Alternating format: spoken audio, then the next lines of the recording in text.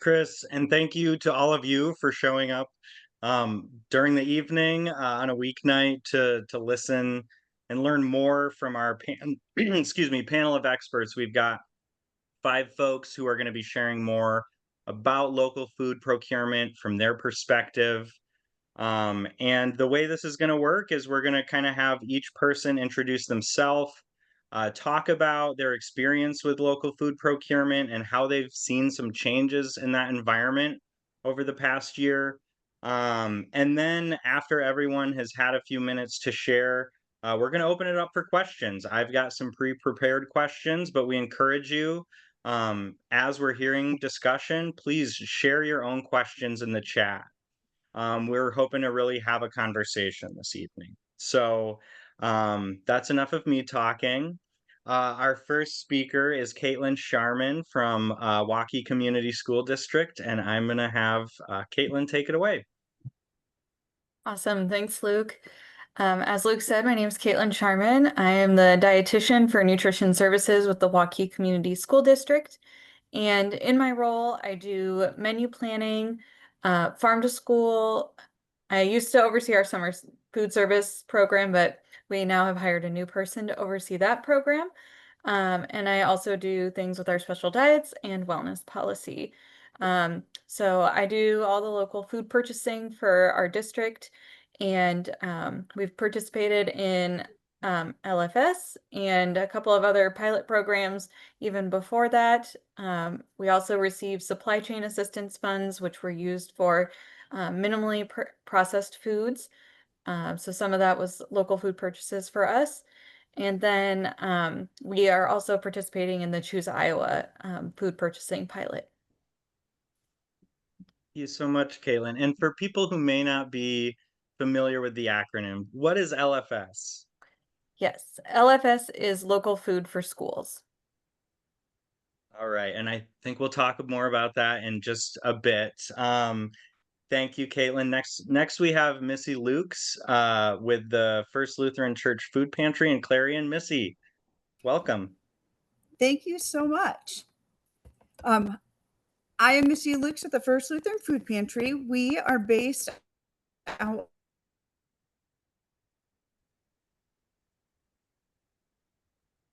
of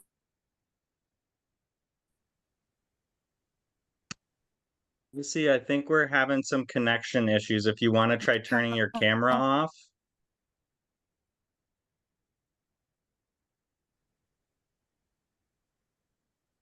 All right, we might need to come back to Missy. We have a location that in Hannah Johnson out of a church, 30 to 50 individuals a month, which was connected very closely in 2020. Sure. Is this better? On my end, I heard like everything all at once. So you were paused, but then do you want to try again? How about yeah, absolutely. Is this okay? And I will just try with my video off, and maybe perhaps my sound will come across then better. Does that sound okay? Yeah. Yep. Okay, let's try it again. And so we have since very much grown our food pantry. Hannah and I started a garden in 2021 together through a Growing Together Iowa grant that we utilized to grow local produce. We've since had that program cut, so that's no longer an option for us, but we've continued to grow, and I can talk more on that here later on as well. To date, we have 4 locations certified with the Food Bank of Iowa in Wright County. We started additional locations where there wasn't other food access, like a grocery store or a gas station. So we have locations in Woolstock, Rowan. We have 2 actually in Clarion, 1 that's available on our off weeks from our big church giveaway. And then we have pop-up locations in Dow's as well, and we provide homebound deliveries in Goldfield.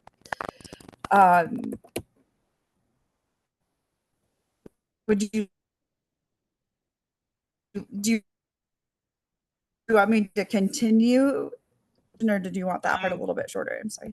Yeah, no, that was great. I think we'll come back. I know I have some Okay, follow-up sure. questions for you in just a bit. So thanks so much, Okay. Missy. Yep. Thank you. All right, next we've got Kim Guardado with HACAP Food Reservoir. Welcome, Kim. Hi there. Thanks for having me. I'm excited to learn more from others as well. So I'm Kim Guardado, and I'm the director for the Food Reservoir at HACAP. And we are the food bank that serves 7 counties in eastern Iowa, so the Cedar Rapids, Iowa City area.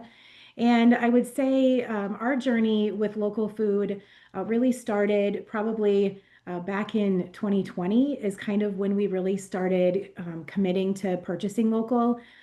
We had a local grower that came to us and said, "Hey, I hear other growers are selling their stuff to food banks. Do you want to buy some of my food?" And we're like, "Sure, let's try it and see what happens." And so that was also before LFPA, or the Local Foods Purchase Assistance Program. And so, really, as that program grew, a USDA program, we knew we were going to be getting some funding through that. So we entered into some really great partnerships. I'd say probably the biggest one has been Dan and Debbie's. So we all love Dan and Debbie's ice cream. And when you make ice cream and butter, which are their two hot topics, hot food items, then you have a lot of skim milk left over. And that wasn't selling in their store like they wanted it to. So we worked out a partnership where they offer that milk to us at a really reduced rate.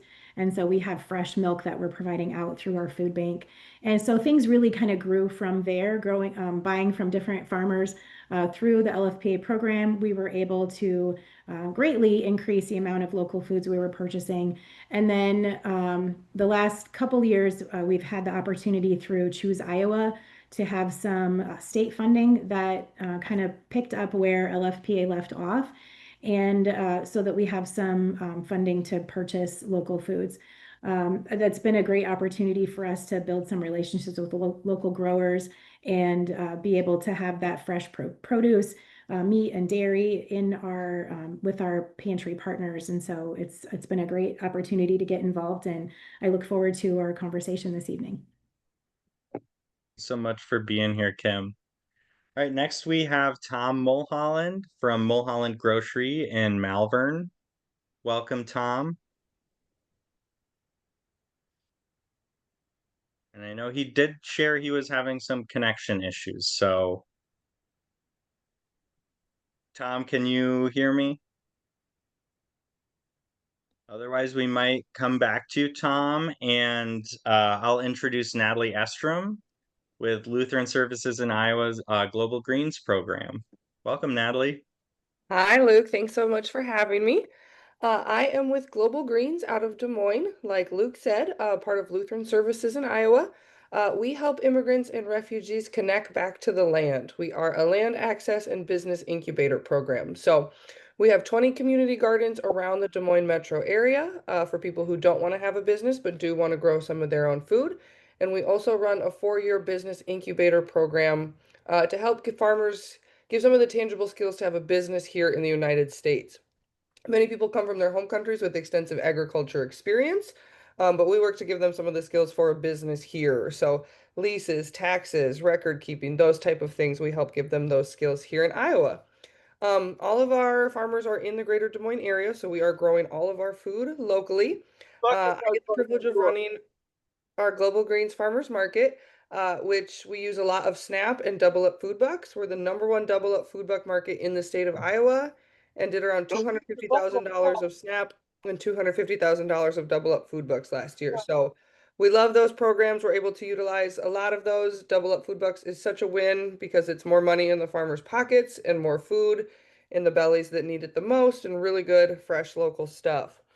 We were a member of LFPA. We liked that program quite a bit. We were able to give away almost gift cards to like 25 different community organizations that were able to redeem those at our market for that fresh local food. And so that was a big hit when that program left. We really loved it. But in general, really excited to be here and talk all about food procurement and access. Thank you so much, Natalie. Tom, I thought I maybe saw you come off mute. Are you available? Can you hear me? Can you hear me now? Yes, yeah, go ahead. Okay, all right. My name is Tom Mulholland, and I am the owner of Mulholland Grocery in Malvern, Iowa. We're down in the southwest corner of the state, not too far from Omaha, Council Bluffs. I've owned my store for 17 years. Unfortunately, it burned down nearly 4 years ago, and we just were able to reopen just before Christmas last year. I'm probably the least knowledgeable in this panel about all of these programs and stuff. I have a very small town grocery store. I try to do what I can to work with local food, bring in different products that people are selling, work with farmers to do things like that. I was asked by former Governor Terry Branstad to speak at the Iowa Food Summit a couple of years ago. Last summer, I went to Alabama and spoke at the National Rural Grocery Summit. One of the presentations that I was part of compared my area, my community, to an area in Birmingham that was just getting their own grocery store for the first time. Because my community didn't have a grocery store after my fire, it was 11 miles to the nearest store, and the access to fresh food really made quite a difference in the area. Meta, Facebook, did an award-winning documentary about my business and about the need for small businesses and for the need for my business to be back in the area to serve the customers. And I'm very proud to have been able to speak in numerous communities, Washington, D.C., Alabama, numerous places around the state. And I want to do what I can to help my customers. I'm 65 years old now, and I just got back into business because I know how important this is for my community. So I'm doing everything I can to build a business that will be here for their future and to make my community that much stronger. Thank you so much, Tom. And you've got some really valuable perspectives to share, even if you aren't as familiar with some of these federal programs related to local food procurement, which is why you're on the call tonight. Thank you. That was a kind of our intro. Please share questions in the chat if you have them, but I do have some kind of pre-prepared questions that we can start going through. And my first one is, we heard a few of you mention the LFPA and the LFS programs and share a bit about those programs. I just wondered if anyone wanted to expand on, what does that cancellation of both of these programs mean for your work? It's about $11.3 million over the next 3 years that will not be coming into the state. So what does that mean, and how are you responding? And I'll leave that open to anyone who wants to answer.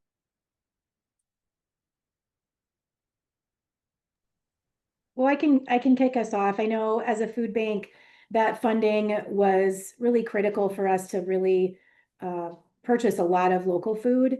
And it was a great program that was really well run in our state. I think we rose above the pack amongst the programs across the country, and it really had an organized effort to make sure that we were being equitable in how the funds were distributed and how the purchases happened. Like it was a great opportunity for us, especially as a food bank. I think, we had just been kind of dipping our toe and learning more about how to work with farmers and the best way to do this. And we've still got a lot to learn in that space because it's a different business, and things don't run perfect all the time. But we continue to learn, and so I think LFPA was really an opportunity for us as food banks across the state to really make that commitment to purchasing local. With the ending of LFPA, that leaves the food bank to make choices about how they're going to, spend their dollars. And certainly in this time of need, local foods can cost more, not always. So It's that commitment to making sure that we're continuing to support local. And so I think as food banks, all of us across the state have committed to continuing to purchase local. And I would say probably through just our fiscal year just ended on September 30th, and we probably continue to purchase at the same level that we had been for a couple of years prior. I will say that moving forward, things look a little bit more challenging. And so, we'll have to look at what that is moving forward. But I would say, we're all as food banks across the state trying to do our best to buy local when we can. And then with the addition of the Choose Iowa funds, like I mentioned in my intro, that it kind of helps where LFPA ended is where Choose Iowa sort of began. And so because we had a lot of relationships already established because of LFPA, we were able to continue some of those purchases, but of course it's not the same level. The number that you mentioned, Luke, is not equal to the 200,000 that Iowa Department of Ag is providing this year. So that it's not the same thing, but certainly having those relationships and understanding what it means to support local and have local fresh produce, meat, and dairy has been something that we've all had a lot of learning in that space, which is, I think, helpful for us as we think forward about what that looks like and continuing to commit to buying local. So great program, very sad to see it go. And there's some really great things came from it. And so I think that's what we have to hang on to in these times is what did we learn from that? And because of that, we were able to jump in, continue purchasing local. So very unfortunate that program ended for us. And I would echo what Kim said. I go to a lot of different food events, and there's always all these people on stage brainstorming solutions. And I'm like, we had a really wonderful solution. It was LFPA. Like, we don't need to brainstorm. We already did this project that like so clearly worked. Um, it was a hit for us. Like I said, we had a slightly different model of how we were connecting local our farmers to the customers. But we went to just 25 different local community organizations, ethnic-based community organizations, different churches, and we just dropped off gift cards, essentially, $1 and $5 gift cards, and said, please pass these out to the people that you think need them the most in your agency. And so that was a really good way to target people that might not qualify for SNAP, might not be reached by other programs, might not be aware of other programs. We were able to really directly connect them, and in the way that they were bringing people to our farmers market. So it was a really, really excellent promotion because free money, yeah, you'll come to a market and then you can see the vegetables and how high quality they are and meet the farmer that grew them and really kind of connect there. So it was around $70,000 that we made at market last year through those tickets that just essentially disappeared this year. I work in a refugee resettlement agency, Lutheran Services, as well. And all the questions that we get that say, where are those tickets? Can we get those tickets again this year? We would like those. We were able to like even to give them away last year as like a reward for really good English class attendance. So that in general, it's really missed by the community from our side and both the people who are accessing food banks as well. Yeah. From Or go ahead, Miss. Okay, sorry. From a food pantry perspective, we were super proud recipients of the Prudent Produce Program. It really sustained us through the winter months with fresh produce, and it also gave us a really big boost of dairy and other options. We do not receive any federal, state, county funds of any sort. We are 100% donation based. We're a and we also have to provide diapers and wipes and other essentials too out of pocket. So having those local Iowa products was huge for us, and it also as a farm family connected with other farm families. It was just a wonderful program, and for all of us to be able to participate in. But unfortunately, we had that cut. But we have worked with other local producers, so we are able to receive eggs.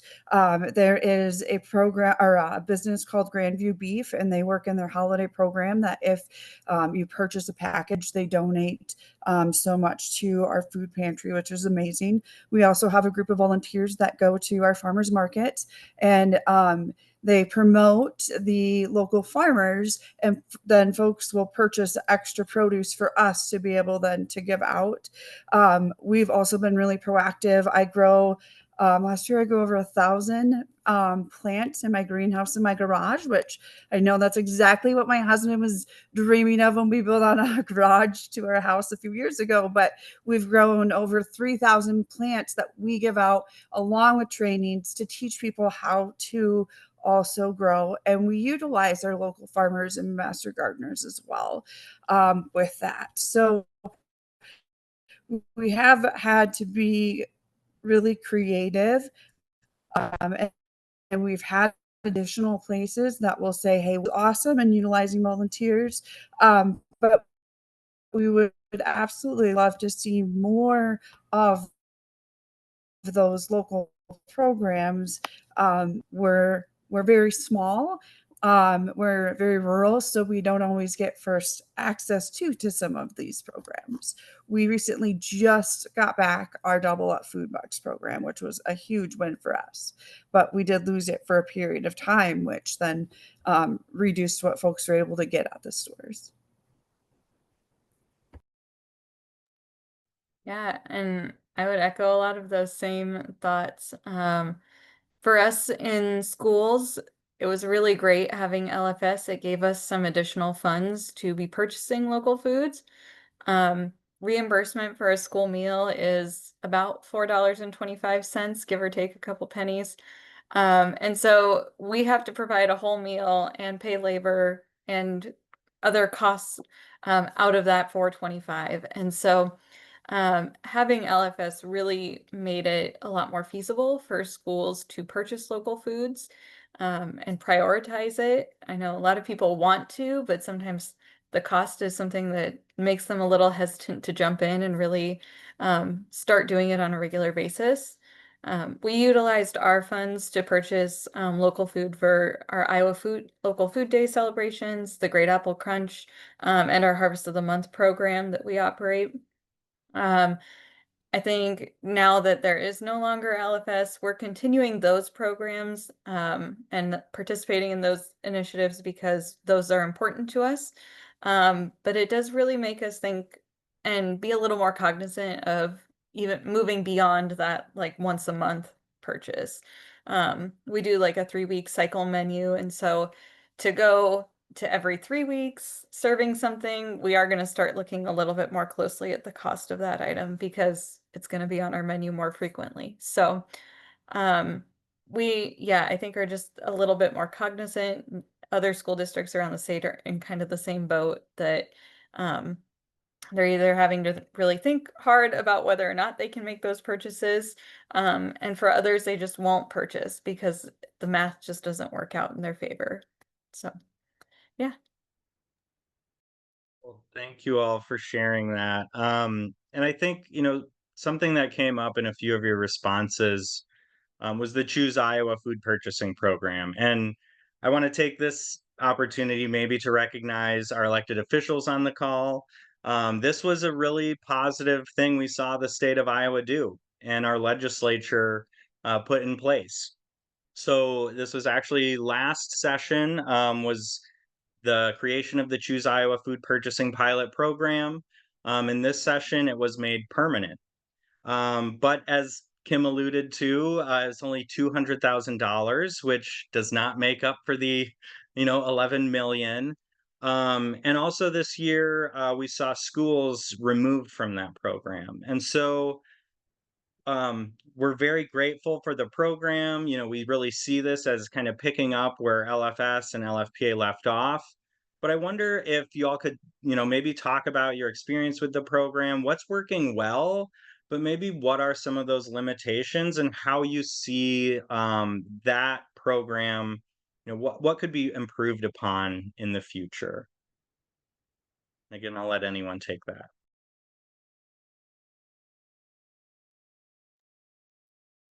Well, I will go ahead and say some things here. I think that Choose Iowa has really been, like we said, it's been a project that kind of picked up where LFPA left off.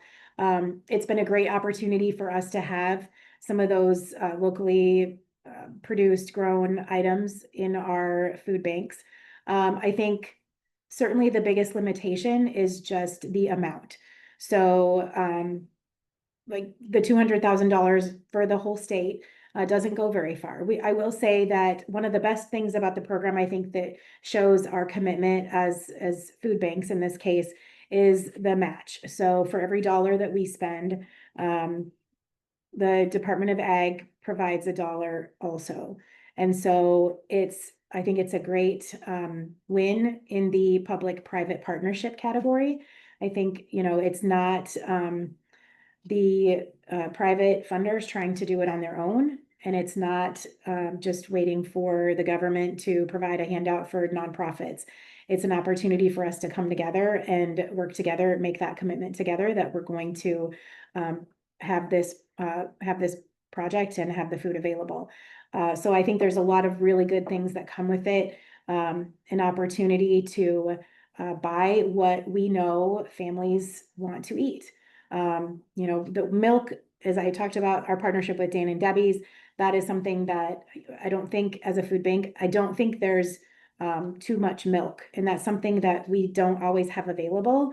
But the other thing that we learned through some surveys and a program that we had back in 2020 and 2021 is really understanding what foods kind of reach across all cultures. And it was important for us that that's something that we're thinking about when we have food available. And so, there's a lot of, especially when it comes to vegetables, there's a lot of vegetables that no matter what culture you come from, tomatoes, potatoes, carrots, onions, those things are vegetables that we can grow here in Iowa. They're important to many of the cultures that we see in Iowa.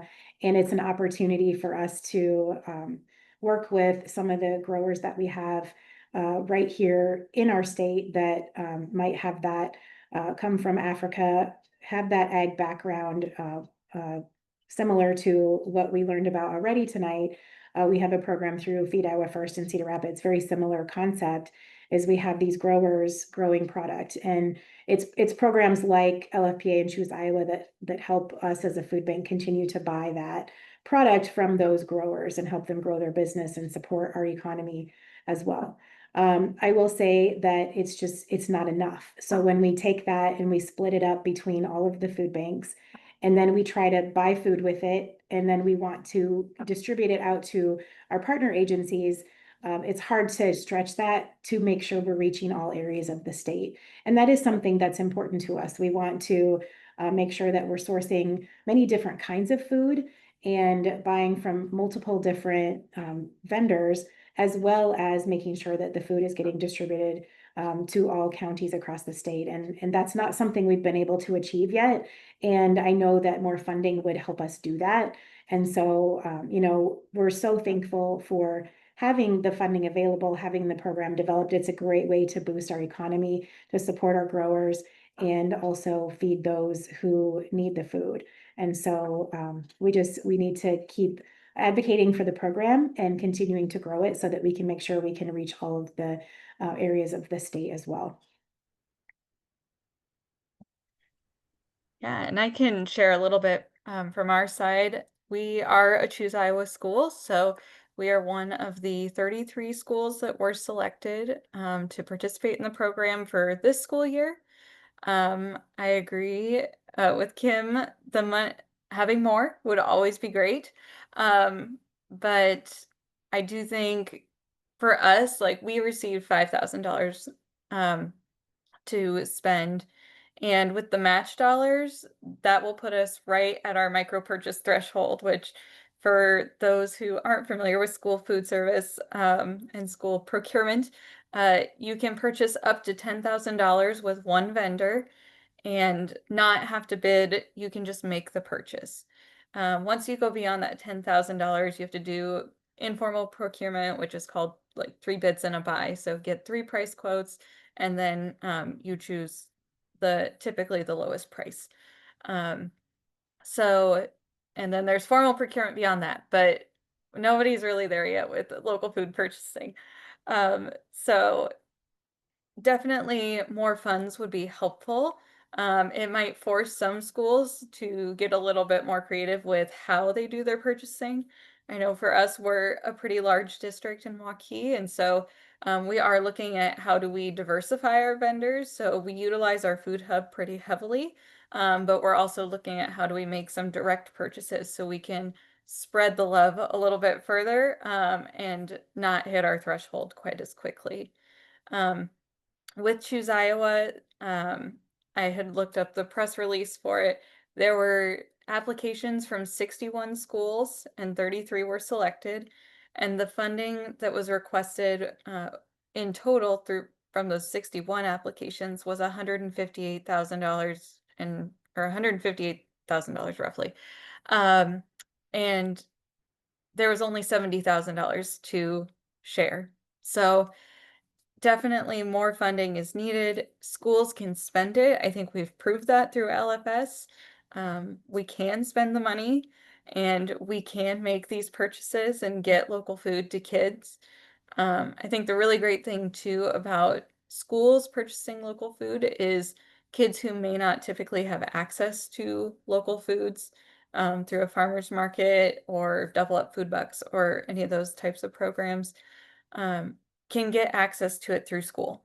So I think we provide a unique opportunity for farmers to sell and also for kids to get access to local foods. So definitely more money would be very helpful for schools to be able to participate. And yeah, just to put schools back in the program because we would love to participate. We can do it. Right, thank you, Kaitlyn. You mentioned the role of food hubs, and Missy, I know you mentioned prudent produce in your comment, and I think it was said earlier, this really is about building relationships, and wondered if anyone could share more about, what is that role of food hubs? I know they're a really important piece in this puzzle. And so how do you work with food hubs and, how can we be supporting them more in the state? Yeah, so we work primarily with farm table delivery. They're the food hub who most regularly services our area of the state. Um, and they make it really easy for us to purchase local. So um, for a school district who's new to purchasing local, if you're used to going online and purchasing from Martin Brothers, you just go in and put in your order online and then it shows up at your door. Um, to purchase local sometimes is a little bit more legwork to get that local food to you. So the food hubs are a big help in that piece that you can contact one person, place your order, and then it comes to you. So for us, we place a lot of really big orders for our Harvest of the Month program because we need a lot of food all at one time. And so we just have to go to our food hub. We say, this is what we're looking for. And then they go out and purchase it from maybe 2 or 3 different farmers. So it helps us not have to do quite as much on the purchasing side and make it a little bit simpler because we all know we're all busy people and every minute counts in a day. And so it really is helpful for a school district that's maybe just starting to step into local food purchasing to be able to work with that food hub and just make one contact instead of multiple contacts.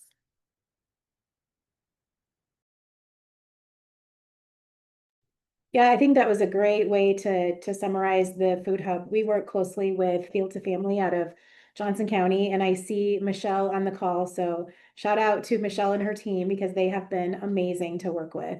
I kind of talked a little bit about we don't know, we can't have enough milk, right? So we tried this a couple of years ago, had this sort of challenge, like how many carrots are too many carrots? And we could say to the food hub, I want to find all the carrots. And it was like January. And they found a ton of carrots.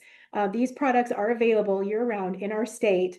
Many growers have a ton of product available all the time. And so, yeah, I can't say enough good things about our food hub and just the amount of work that they have gone to help us find what we're looking for, or working with the growers. Sometimes, especially if they're just getting their business started, they might need education about how to package the food, or what kind of pricing should they put on their food?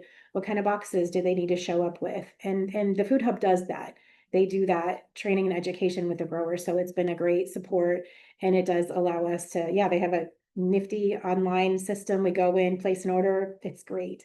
And it's a great way to do that. And the other thing that I will mention related to Choose Iowa is that for some growers who maybe the membership for Choose Iowa is a hardship for their business.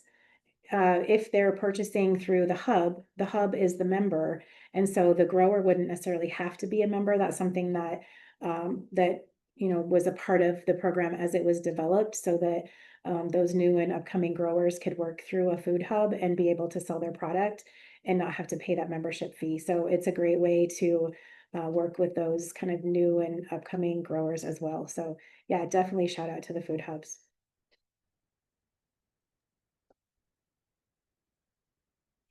Thank you both for sharing a little bit more about food hubs. And I saw that Mallory shared a link in the chat for anyone who wants to learn more about the food hub in their area. Tom and Missy, I'm so glad that you were able to join tonight and offer a rural perspective in our state. I wondered if you could talk a little bit about how you see the connection with local food and growing our rural economies. Tom, I think you as an independent grocer have a really great perspective. Missy, obviously the work you're doing in North Iowa pantries. So could you share a little bit more of that connection with local food and growing our rural economies? Sure, absolutely.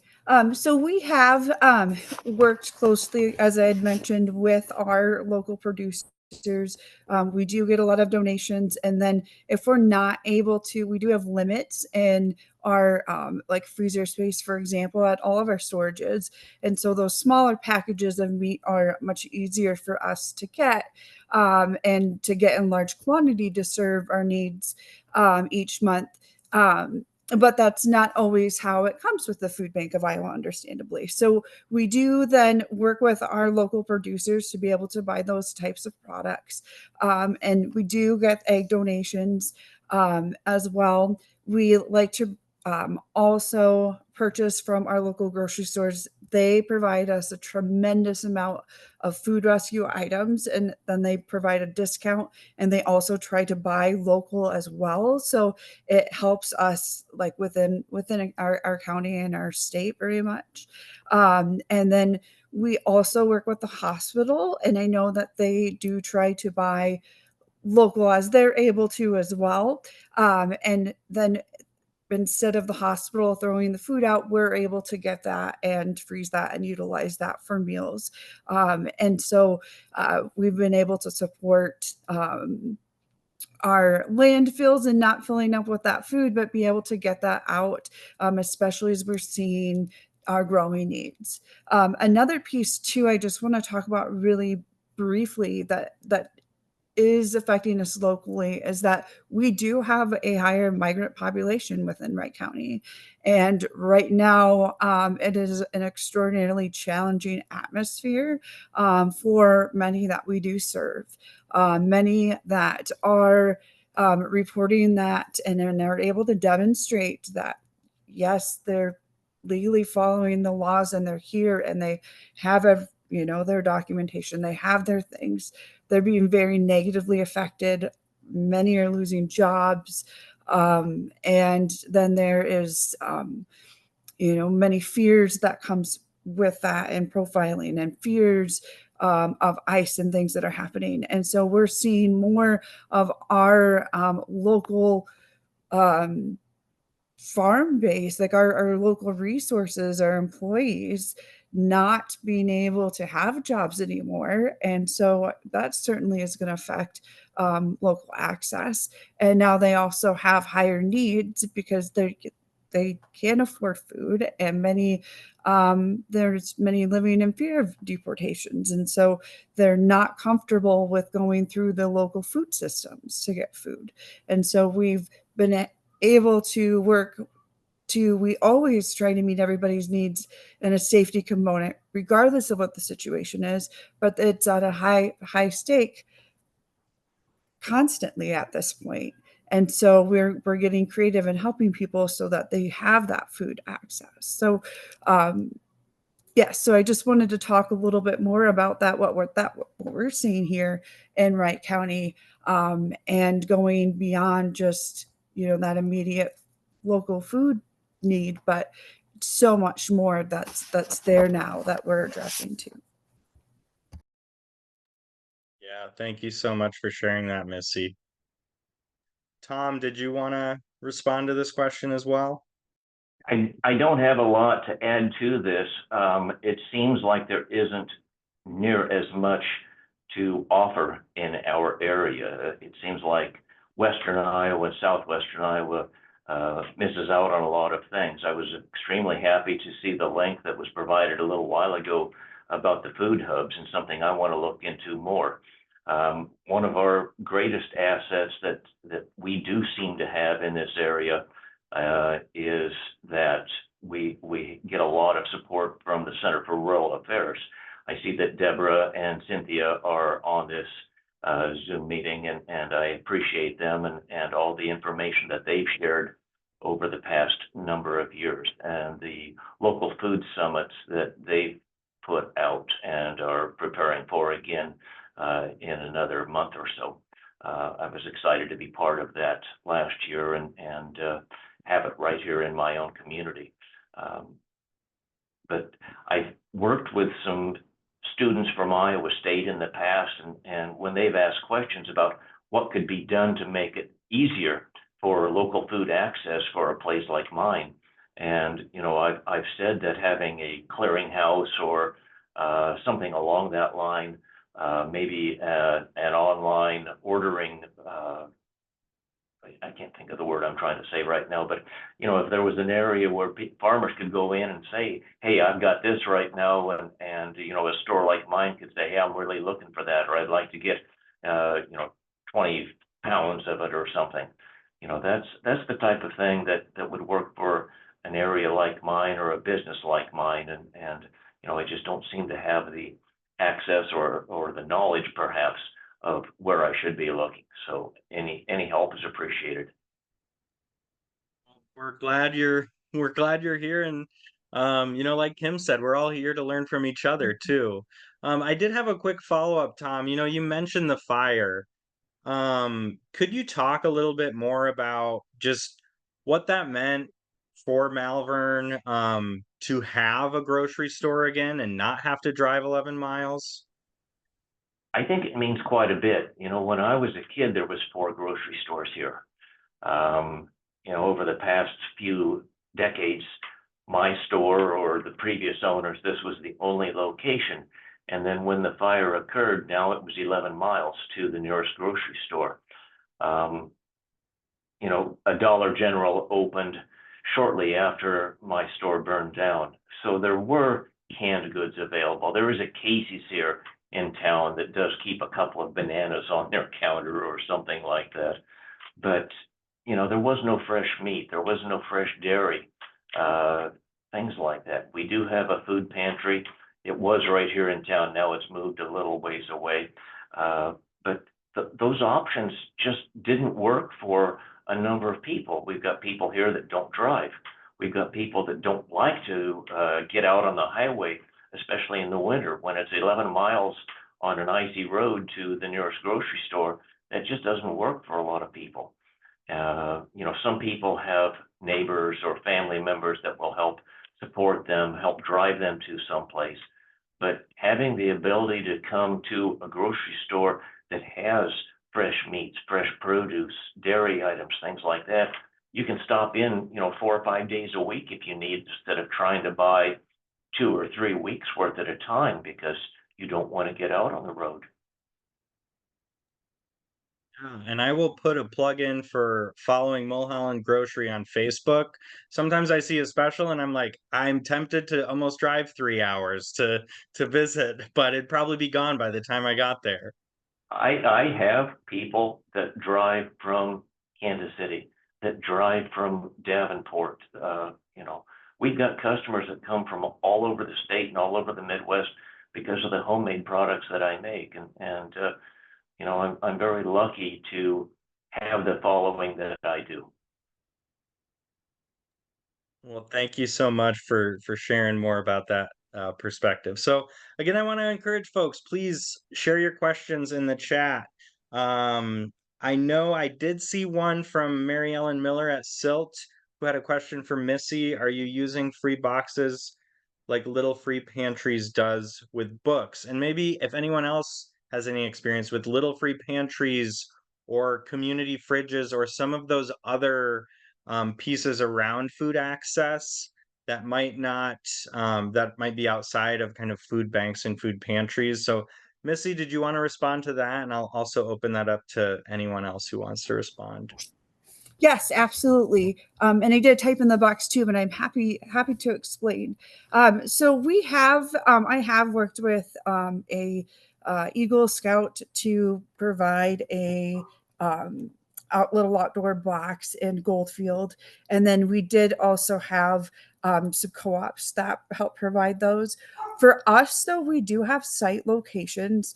We partner with a library in Rowan, and they're open 4 days a week, wide variety of hours. So folks can go in there and they can pick out items that we have available that we keep constantly restocked. They do have to make sure their forms and such are complete, but they can come in during hours and get that. We have 3 locations that have set hours, but we provide emergency responses all the time. So we work with people's schedule and we try to get with as soon as we can get it to them, we do. I've gotten messages at 3 a.m. of people worried about food, so we get it first thing in the morning to them. And then we do have a location called it's at the Right Community Connection which is a community hub in Clarion, and a great community partner. And on our off church weeks in Clarion, where we would have the most produce and items and stuff available. And our off weeks, they can go into the WCC, they can pick up items. We have meat, and then we also provide fresh produce and such as that's available and from gardeners. So we do have pickup options, but even that option is open 5 days a week. And then, like I said, we do a lot of emergency responses. We also have homebound deliveries that we do regularly with individuals too that are not able to get out and about. And then I do, of course, add to the little set areas too outside, the free pantries too, just to make sure that that's stocked as well. But that's not necessarily like our official thing. It's just we do that. Thank you, Missy. Well, I did want to kind of go back to another program that was mentioned a little bit earlier on in our conversation, and that is Double Up Food Bucks. And so for those of you who are not familiar, Double Up Food Bucks is a nutrition incentive program that operates in the state of Iowa. And how it works is for people who are using SNAP, they can use their SNAP benefits at a participating retailer to purchase fresh fruits and vegetables and basically get a match for those benefits. And Natalie, you obviously have a ton of experience with Double Up Food Bucks.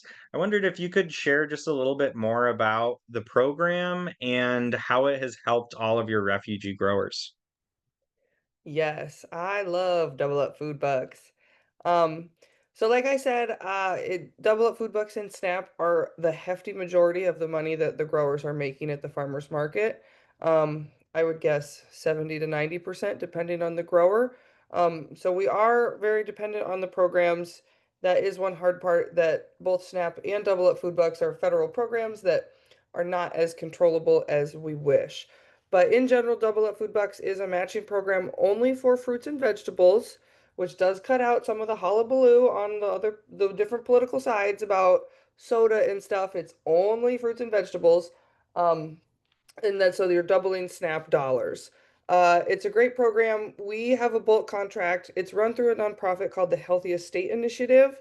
We have a bulk contract with them, so we're able to double $250 each Saturday at our farmers market, which helps us get to those really big numbers that I was mentioning earlier. But it's a really great program. I love telling the story of people who have never heard of it before they come to the market, and like the joy that comes over their face as they realize they're about to get double of what they expected. Where I'm like, no, no, you wanted 40, but I'm gonna give you 80 right now. And they go, really? Like to see like a mom with her family and you're like, yeah, we're gonna get you extra vegetables. It's very exciting. And as I said, it is a real win. It's a large economic driver for our farmers. And they're able, that money stays in our economy. They use it to invest in their businesses. They buy a tractor, they put in, we have one farmer who just got like a new 10-year lease. And I was like, Busy Mana, get your asparagus and your strawberries and some of those longer term things, make those investments into their business, which then turns around to be able to grow more vegetables, to sell more Snap and Double Up food bucks. So it's a really great program. It is wonderful. We use a token-based system at our farmers market where we're taking money off of their SNAP cards and giving the customers tokens to use that they give to the farmers, and then the farmers turn in and LSI reimburses them for that. So it is, and other sites have talked about Double Up food bucks. There is some administrative burden, but it is really a wonderful program to help stretch dollars a little bit further. Thank you, Natalie. And I saw a question from Rachel, obviously, we're on day 2 of the government shutdown, with a question about, how that might affect SNAP and WIC. And I'm going to go ahead and add on, you know, HR1, the reconciliation bill, largest cut to SNAP in history. We know the need is already incredibly high in the state. And so, how are you thinking about responding to some of these changes? Missy, I know you mentioned the loss of some programs. I think that might have been connected to SNAP Ed, which was another piece of the reconciliation bill. So, SNAP, WIC, there's a lot of threats to these programs at a time of already really high need. How are you all thinking about the future right now? One thing that happened with SNAP and the government shutdown yesterday that I wasn't considering or anticipating is that the company that we use to run our SNAP transactions sent a message that said, "Hey, with the government shutdown, we might not be running your SNAP transactions anymore because they're worried they're not going to get paid back by the government." It was resolved within like a couple hours, but that was a consequence that I had not considered of the government shutdown. In general, the budget reconciliation bill is very upsetting. I haven't seen too many effects yet, but it's people's SNAP benefits will get cut as they go through the reauthorization process. Um, so in general, I was at one food event where there was a top level executive from a food bank, and she said, "Well, we served around 7 billion meals this year, and the cuts to SNAP that are going to come through are going to eliminate around 7 billion meals more. We can't we can't do 14 billion meals, like we don't have the infrastructure, we don't have." So the cascades are really going to be not good through the country, and it's very upsetting to see. And yeah, it will impact our farmers because less money will be coming in from those programs.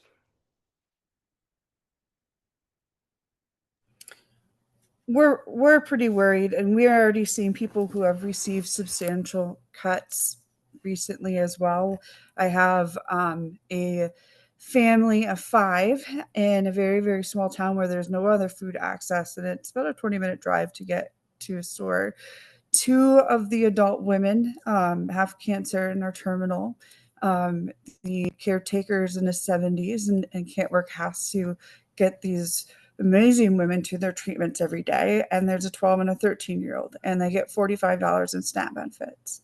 And they used to get tremendous more than that, but they still couldn't make it month to month until we opened up the location in Woolstock. And they said, well, now the adults can eat every day. And we have people that are just struggling with getting the information even feeling like it's correct, working with the staff, and they're reporting that. And of course, I know there's a variety of reasons in that, but I think people are also just so worried and panicked and not sure what to do. And then as we look at things, well, what's our access also going to look like too, in terms of with food bank and local procurement and going into winter months and such. So we're rallying the very best we can. And like I said, we have a lot of layoffs happening here too, of people that already don't receive SNAP. So we're really, really looking creatively on how we're going to continue to sustain. I mean, that's a must for us, but it's definitely a lot of uncertainty for us. I think I'll just add to that. I mean, certainly with the shutdown, it affects a lot of things. As long as the shutdown stays brief, people will continue to get their SNAP benefits. WIC clinics are open across the state. Even like I come from a community action agency, so even programs like energy assistance or LIHEAP that started October 1st, those programs are all up and running as usual, as long as the shutdown stays short term. I guess that's the clause I'll add to that. And so certainly from a food bank perspective, one of the things that we get a question about is the TFAP foods. So TFAP is the Emergency Food Assistance Program. It's the U.S. commodities that come to the food banks from the United States Department of Agriculture. And there's been a lot of changes with that program in general. TFAP itself, like the base of TFAP really hasn't changed much, but some of the additional funds that are put into the program have changed over the last couple of years. And that's a lot of specifics. And the bottom line is there's less food there. With the shutdown, that food is ordered a couple of months in advance. So food that we'll be planning to receive for October was ordered probably in July and vice versa. So as long as it's a brief shutdown, we'll be fine. If it goes too far, then there won't be staff that will be able to place those orders for the future. So then we would see a disruption in the future. And then, of course, as it relates to the Reconciliation Act, there's all kinds of things in there that are, detrimental to families that are facing food insecurity. And so, certainly looking at from a food bank perspective, how can we assure our partners, all of the Missies that are running pantries across the state, how can we as a food bank assure you that we're going to have enough food so that you have a place to get the resources you need to feed the people directly? And so that's, certainly something that we're looking at as food banks. How can we maximize our purchasing? Certainly Feeding America has some great programs that help us buy very large amounts of food for a very reasonable price. And I think that all the food banks have staff that are working with our large food donors.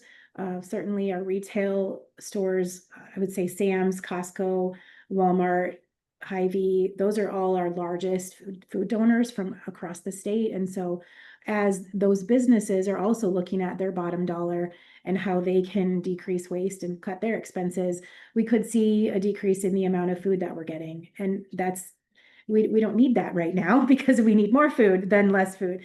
So, really trying to get ahead of that and make sure that we have staff that are working with all of those donors to help everybody kind of understand the benefits of what is happening, so that we can keep that food coming into the charitable food system.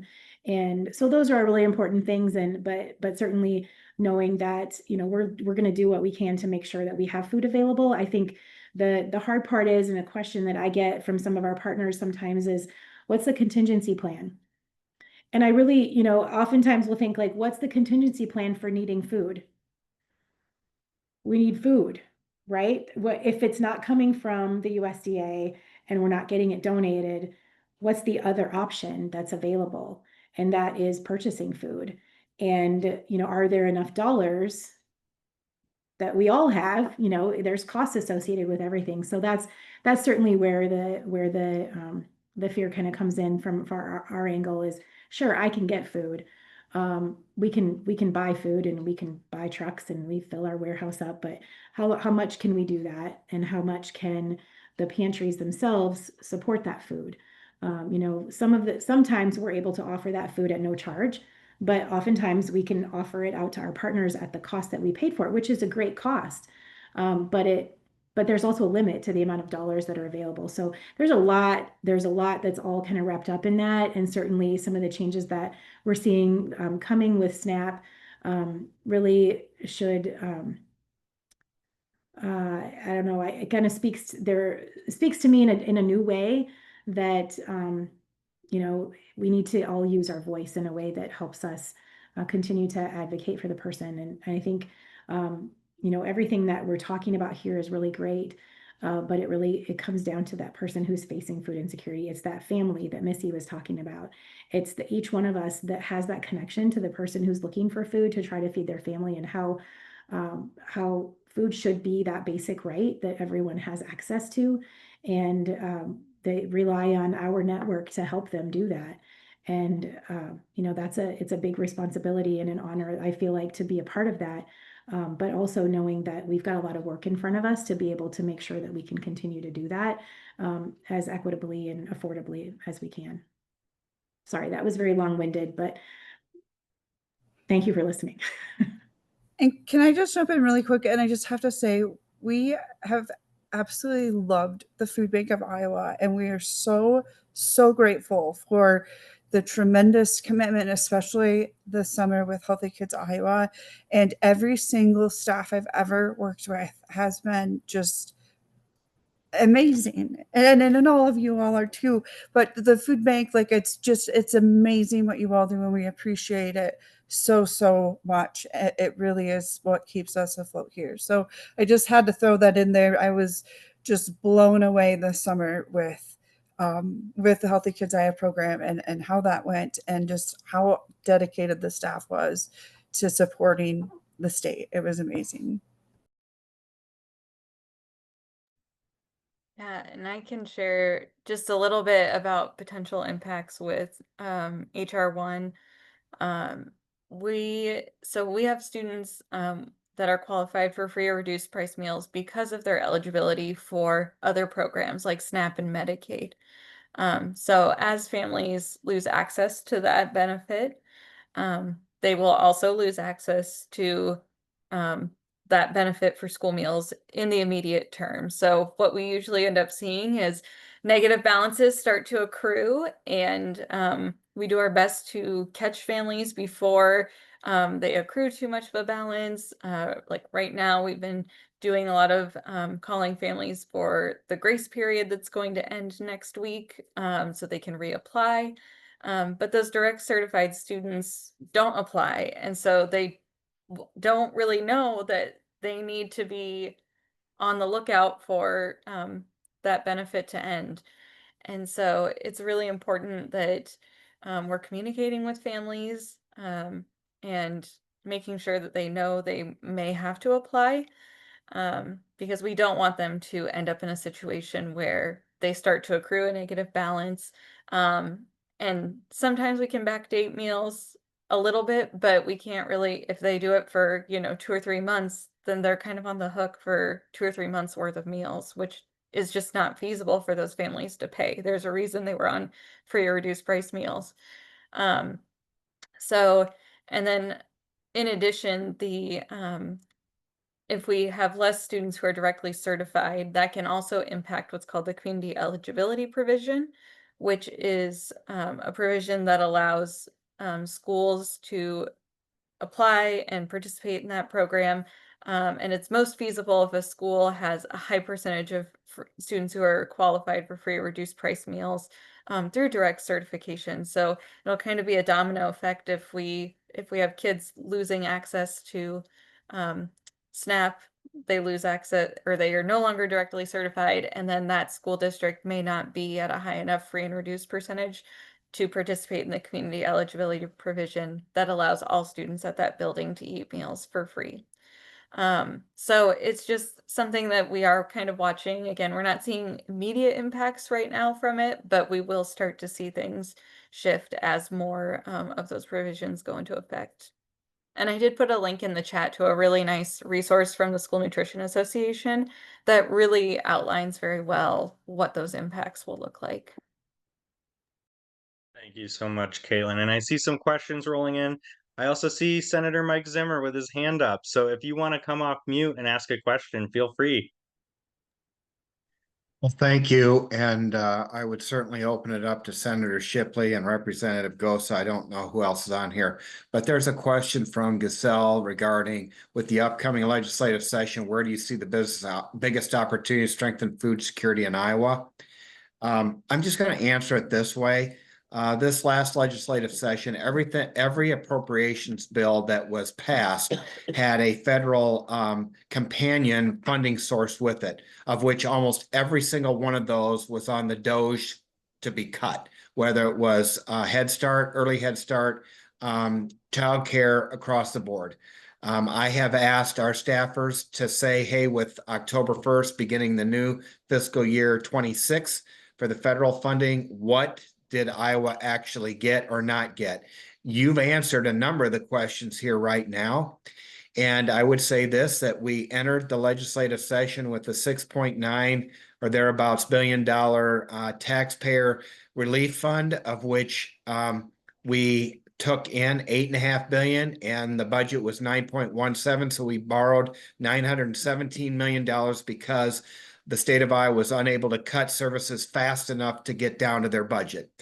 October will be the next release of the Iowa revenue estimating. It is not looking good at all. So the goal of the past legislative session was to reduce taxes as much and as fast as absolutely possible.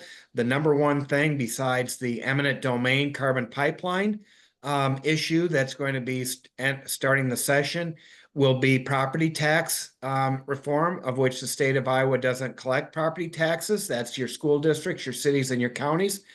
So I don't know where that's going to end up. I hate to be the bearer of bad news, but I keep getting questions about what is the legislation going to do about childcare?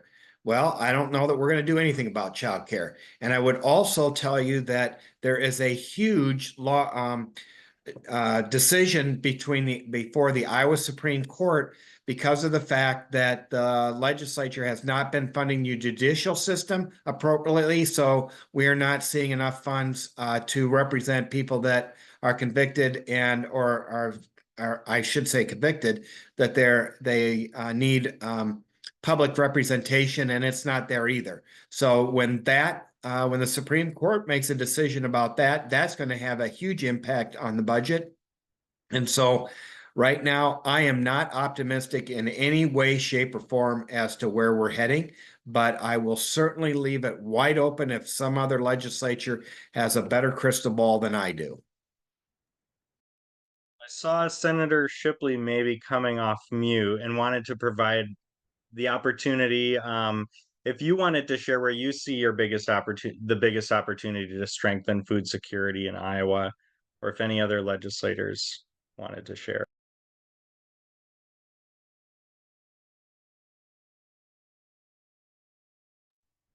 Can you have me now? Okay. Thank you very much. And good evening, my good friend, Mike Zimmer. Mike Bergen, I believe, is on here too. Molly Donahue, Mike. Yeah, I'm trying. I haven't found everybody yet. I do appreciate from my corner of the state, the only guy down here that's talking tonight is Tom Mulholland, and he's done a tremendous job over there at Malvern. I mean, it is a tremendous asset, and he's a tremendous asset, not just to the Malvern community, but to the whole area. Where is it going to all head next year? I have no idea. And there's going to be a lot of things. We did put some, as was stated, we did try to put some more money into these programs. We will see what we have to work with. It comes out of the Iowa Department of Agriculture budget. And I doubt very many people on here know that of our almost $9 billion budget, the Iowa Department of Agriculture budget is about the smallest one of all of them. The money that Iowa Department of Agriculture spends in an hour doesn't even compare to the Department of Education. So we've got a lot of things to look at. We'll see what develops. Like I say, we'll see what the revenue estimating is going to be out here in about 10, 15 days. That'll give us a handle on where we're headed. The one thing I would like to ask is an old FFA member myself and into agriculture up to my elbows and then some. What are people doing work with their local school and FFA classes? Many of these programs around here have greenhouses now. They're doing some things. And of course, if you're involved in vocational ag, let's start with vocational agriculture. FFA is the offshoot from that. But those programs can be run, many of those programs are still 11 months out of the year, not just 9. So there are programs, those kids are being involved in things. And I think that's where your hope for the future is at, is getting those kids involved and learning how to make these systems work. And of course, I believe there probably are some networking with those people to getting some kind of a process in place is critical. I would say, I live in Adams County. And Kaitlyn, there's more people live within 3 miles of where you sit than my entire county. And if some of you don't realize that, that's the God's honest truth. But we have people out here with food needs. We have food pantries. We have a very interesting program for feeding kids during the school year, what we call Feed the Pack, where those kids are identified and our community gets together and makes sure those kids have got food for the weekend. And it's been a very successful program, been copied a little bit, but it makes a big difference. But that's where local people step up to the plate. And perhaps that's what we're going to have to do more of. I don't know. Mike is right. There's going to be some serious economic issues coming down the road. If we look at just the farm economy itself, this is not good out here, folks. If you're in an urban area, I'm telling you, it's not going to be good. Our corn crop is not what we expected it to be. I mean, the price isn't all that whippy, but our production is not what was expected the way it looked. And so we're going to have some interesting discussions. And hopefully we can keep things as intact as we possibly can. But we'll get a chance, as you may know, when we get the revenue estimating in December, we have statutory limits as to how much. Well, no, we don't. The March one is that one that has the statutory limits as to how much money we can spend. The December starts as a guideline, and then March is where the rubber meets the road, and we have statutory guidelines of how much that can be spent. As Mike knows, I can talk all night long, but I'm not going to do that. But I appreciate hearing about these programs that are going on around the state. And it's really encouraging. Local people are stepping up to the plate to make this happen. And frankly, I think we need to think more about that. There's food. Who would have thought 10 years ago in all these little towns we'd have farmers markets? Never would have dreamed it could happen. Never would have dreamed people would have showed up to buy stuff. But it's not like it used to be with everybody having a garden, nor the means, and frankly, somewhat the know-how to grow this stuff. So thank you, and I appreciate the opportunity. Yeah, thank you so much, Senator Shipley. And again, thank you for your support of the Choose Iowa food purchasing program. Really appreciate that. It's made a huge difference in the state. And obviously, we've gone through over some of these challenges, both for the farm economy and on the food access side. And so for our panelists, I kind of wanted to turn this question to you too on, in your view, what is one thing that our state legislature could do this coming session to make the biggest difference for the families and communities you serve? And keep in mind some of those things that were just shared by our senators on budget constraints. What are some of those, maybe easy policy wins that might be a small change that could have a big impact? Does anyone have a thought they want to share there? I have a thought that doesn't exactly answer your question, but it's definitely in response to something that Senator Shipley brought up, is related to, so we do have a lot of smaller towns that have FFA programs, that have a garden at a school that's providing produce for the school pantry, and those programs are really great.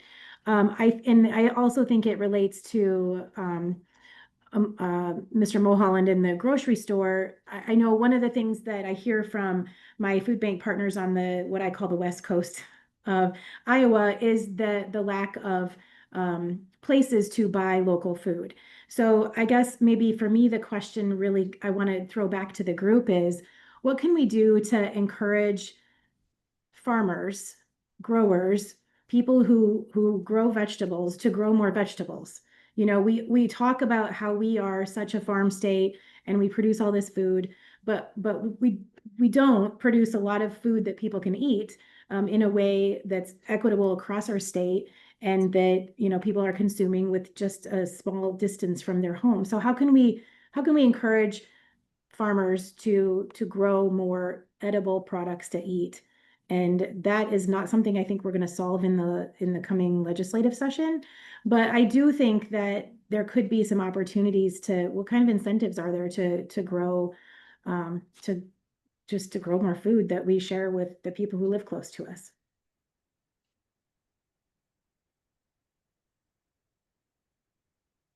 Can I jump in on that? Yes. I never missed a chance. I think starting, I think we've got to do a lot of re-education, and I think that's why I'm looking at the Voc Ag programs, because it's a mindset of how we make this happen. Iowa used to produce an awful lot of the food we're talking about, and a lot of the vegetable production, frankly, not the vegetable, I'm sorry, the fruit production. If we looked at how much of that was done in this state, it went away in 1941 with the Armistice Day freeze. It killed thousands and thousands of fruit trees across this state. And after that, we never grew as much fruit. Well, a lot of reasons why. After the freeze, there was a lot of guys who were gone for years and never got a chance. Those younger people were not going to start those orchards back up. Just wasn't. And of course, the demand for food during the war was different than what. So I think getting this mindset changed with the younger people on how you can make that work and make a living. There's the trick, because they want to maybe be able to make a living. They want to stay out there, but they want to be able to make a living doing it, a decent living, allow them to do what their city cousins that went to town are doing.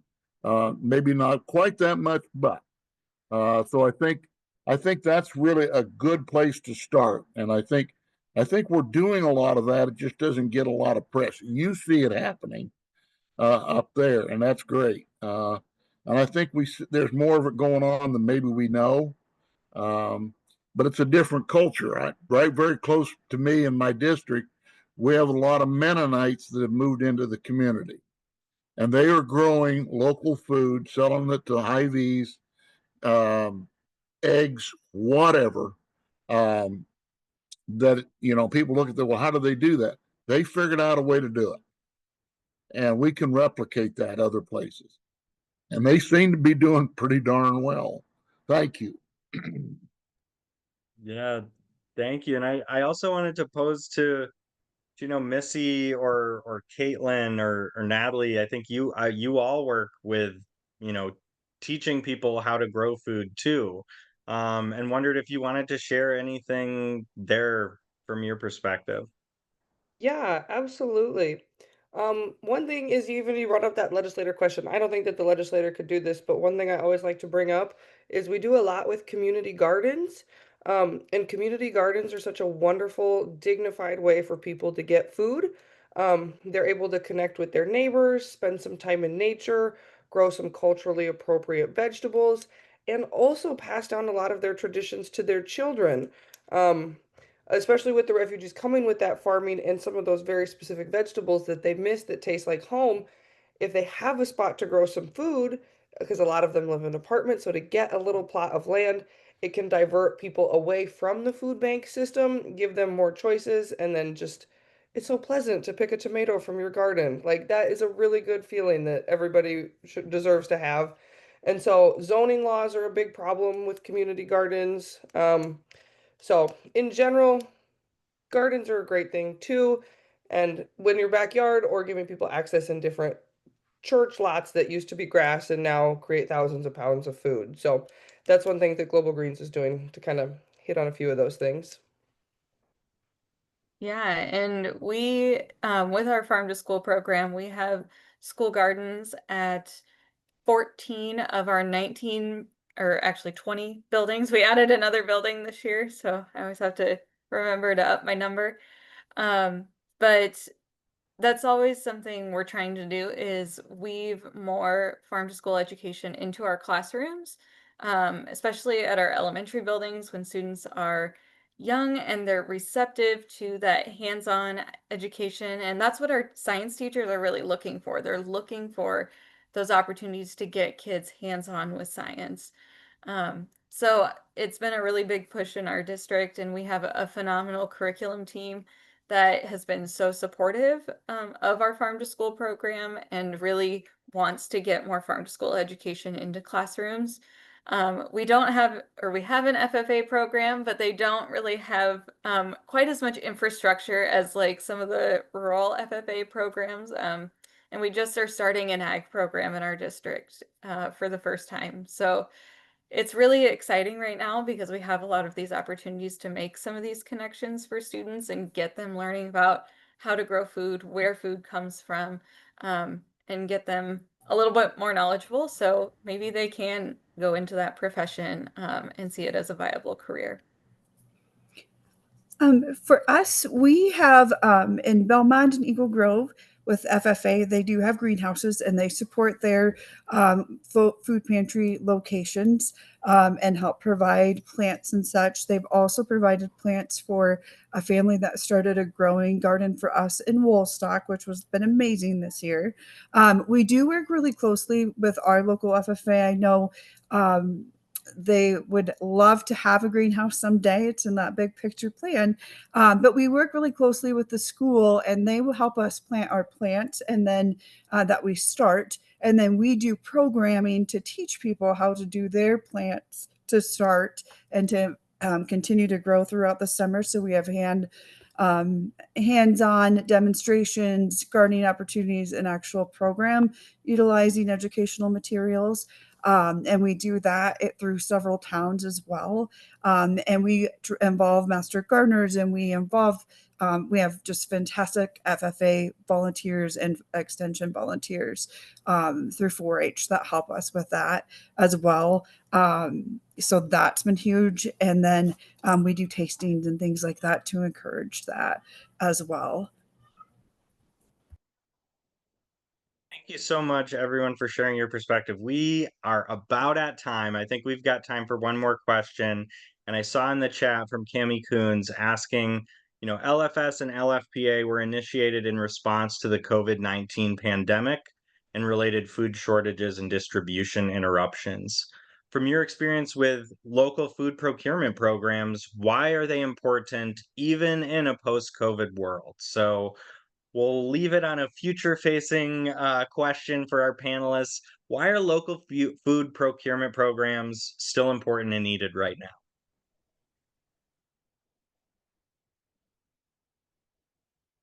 I mean, I think if we want to see farmers be successful, they need to have opportunities to access these larger markets that are going to purchase a lot from them. So I think it is really important for these types of programs to be accessible for schools and for food banks so that we can be making those purchases and really prioritizing those purchases and not having to be quite so concerned about the cost of those items. We can say, we know this is important, we want to do it, and we want to do it often.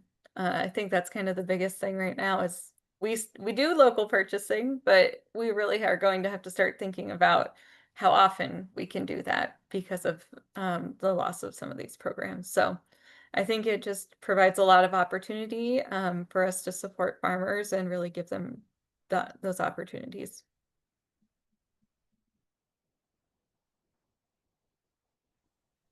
I would echo the farmer supporting thing. In my stump speech, I say, don't we all know in our hearts that like we can't import all of our food from Mexico and California forever? Like, don't we know that, right? Like to have food grown here locally, it's healthier, it tastes better. You're supporting someone that is your neighbor and your coworker rather than these huge national conglomerates. So post-COVID, obviously that opened a lot of the food system problems, but it's it needs to continue even now because yeah, it's building our community instead of shipping money away to giant corporations.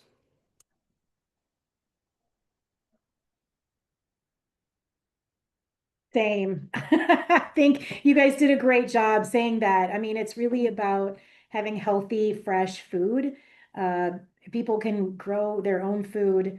That tomato, there's nothing better than the best tomato from your own garden. We all know that. The sweet corn from Iowa is better than sweet corn from anywhere else in the nation. And that comes because we grew it here. And so, how can we do more of that and support those that are doing that here in our community?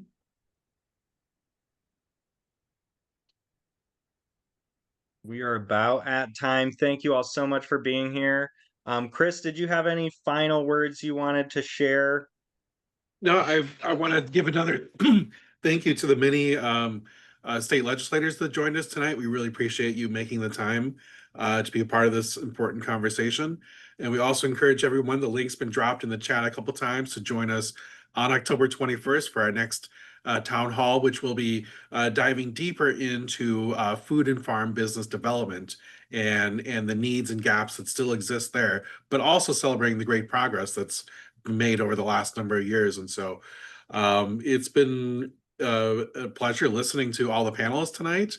And thank you. And thank you, Luke, for also doing a great job moderating. All right. Well, have a good evening, everybody. Thank you all.